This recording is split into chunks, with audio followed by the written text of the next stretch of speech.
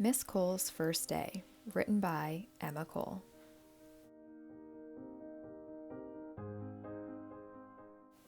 It is Miss Cole's first day of school. It is also her first year as a teacher. She is nervous and excited to meet her grade 7 art class. She is looking forward to putting everything she has learned to good use.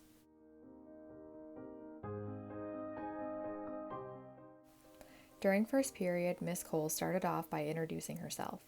Then she had the class do an activity where everyone in the room had a chance to say their name and one interesting thing about themselves. She listened closely to their answers to try to get to know her students. It was time to move on to their first project, but Miss Cole could not find the cupboard where the paint was kept because it was her first time being at this school.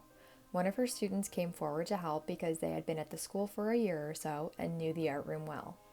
Miss Cole was very grateful to the student and thanked the class for their help and patience. She was honest and admitted that she was still learning about the school. The students appreciated her honesty and respected her more for it because she seemed more like a real person.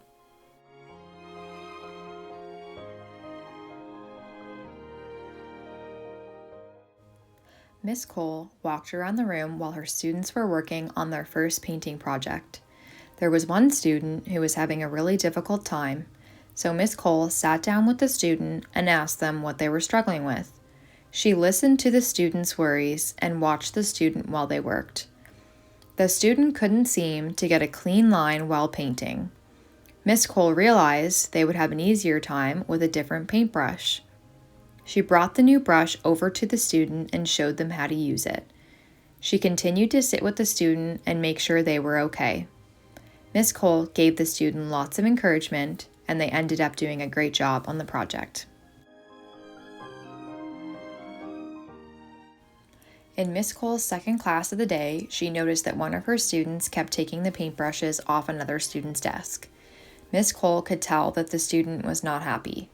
She went and sat down next to the two students while the other students continued to work. Miss Cole asked what was going on. One student said, "Nothing." The other student said, "She keeps taking the paintbrush off my desk when I'm not finished using it." Miss Cole explained to both the students what consent was. If you would like to use a paintbrush that someone else is using, you need to ask. Listen to what they say and then respect what their answer is. When you took her paintbrush, she was upset, which means you are not respecting her boundaries. Respect is necessary in our classroom, said Miss Cole. Both the students understood, and they continued to work on their projects while being kind and respectful to each other.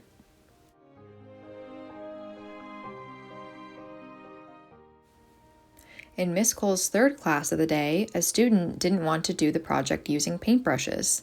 Miss Cole knew that it was really important to make sure the student still enjoyed the class, so she asked what the student wanted to do. "It's okay if you don't want to use paintbrushes. What would you like to use to do your painting?" said Miss Cole. "I want to use Q-tips or my fingers," said the student. "As long as you do your cleanup afterwards, you can do that," said Miss Cole. The student was really excited. Miss Cole went over to see how the student was doing, painting with Q-tips and their fingers. "Look, Miss Cole, I'm using the Q-tips to make lots of dots," said the student. "Wow, that's a really great idea. I had never thought to use Q-tips for that," said Miss Cole. The student was really happy that Miss Cole listened to what they wanted to do.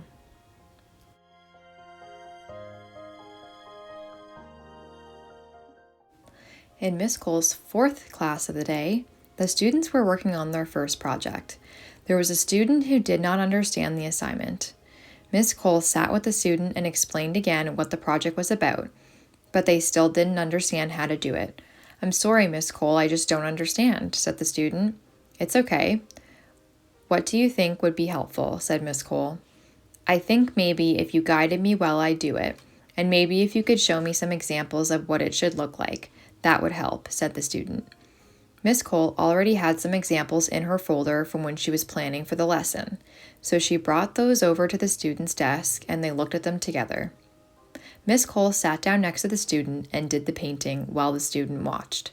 Then she let the student do the painting while she guided them. When she felt the student had the hang of it, she let the student do the painting all on their own and watched. Miss Cole was patient and encouraging, which helped the student feel comfortable and helped the student complete the project. In Miss Cole's last class of the day, the students were working on the project. One of the students dropped a bucket of paint by mistake, and it splattered everywhere. She could tell that the student was so upset and stressed about the mess. Miss Cole knew it was not the time to talk to the student about being careful with paint, so she just went over and helped clean up. Miss Cole and the student just finished cleaning the mess right before the bell was about to ring. All the students were packing their things and getting ready to leave. Miss Cole noticed that the student was more calm now that the mess was cleaned up, so she decided it was a good time to talk to them. "I'm glad you're okay. I just wanted to let you know that the paint cans are really heavy, so you might need 2 hands to carry them.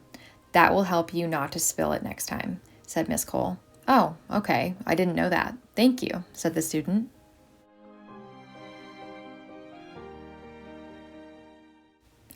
As the bell rang and all the students ran to their buses, Miss Cole couldn't help but think how great of a day it was.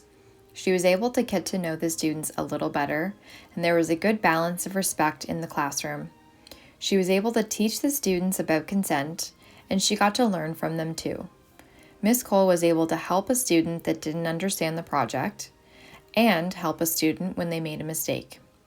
Miss Cole used all the things she had learned in teacher school today, and she couldn't wait for tomorrow.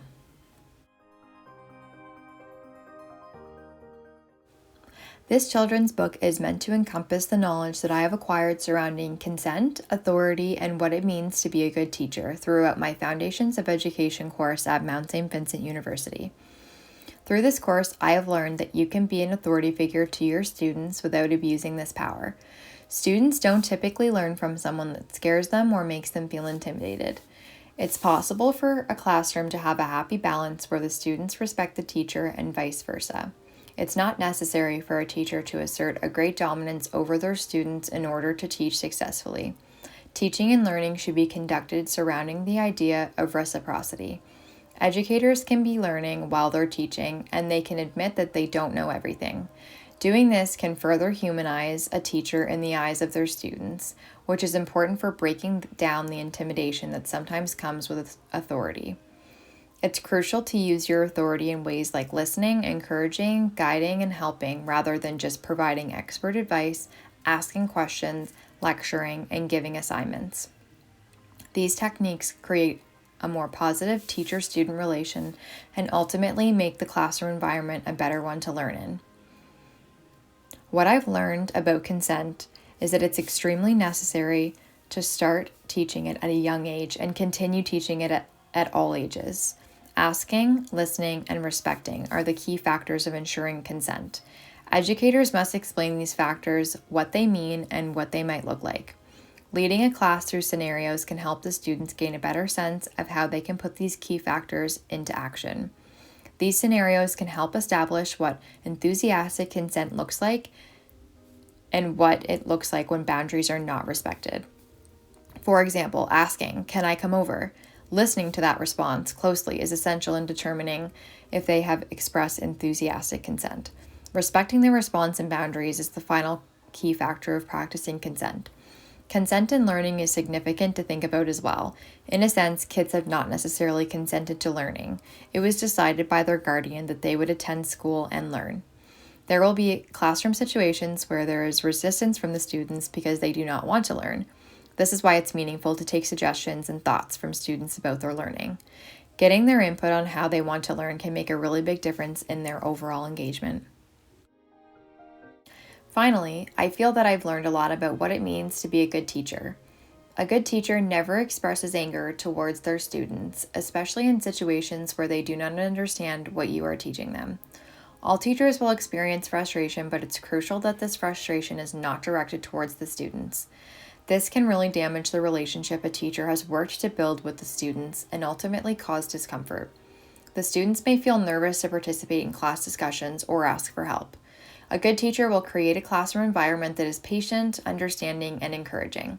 As well, a good teacher picks the best moments. In saying that, I mean that a good teacher does not choose a time of disaster to teach a lesson. When a student is frustrated or overwhelmed, they are not going to absorb the information you're providing, and they will likely feel attacked. A student isn't ready to hear what they did wrong in the same moment that they've made a mistake. In that very moment, they just need help. Waiting until the moment of stress has passed will ensure that the student feels supported, and then they may be ready to hear how they can avoid the disaster next time. A good teacher is also a good student. There's a false idea that teachers know everything, and that once they become teachers, they have nothing left to learn. Educators should be constantly learning, so they can be up to date on all kinds of new knowledge. Being open to learning all the time can allow a teacher to be better equipped to teach their students. As well, it's important for educators to realize that students can actually teach them a thing or two. This relates back to the idea of reciprocity in the classroom and mutual respect between teachers and students. These 3 topics were of extreme interest to me while I was studying at Mount Saint Vincent University, hence why I chose to write this book. I decided to use myself as the main character so I could represent how I would apply the knowledge that I've gained. This book has allowed me to demonstrate what I've learned in my Foundations of Education course and how it can benefit me in real classroom situations.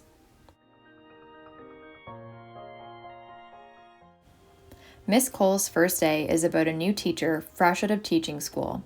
She is excited to meet her class and she can't wait to use all of the things that she's learned in a classroom of her own. About the author. Emma Cole is a pre-service teacher in her first year of study at Mount Saint Vincent University. She is passionate about fine arts and has always wanted to be an educator.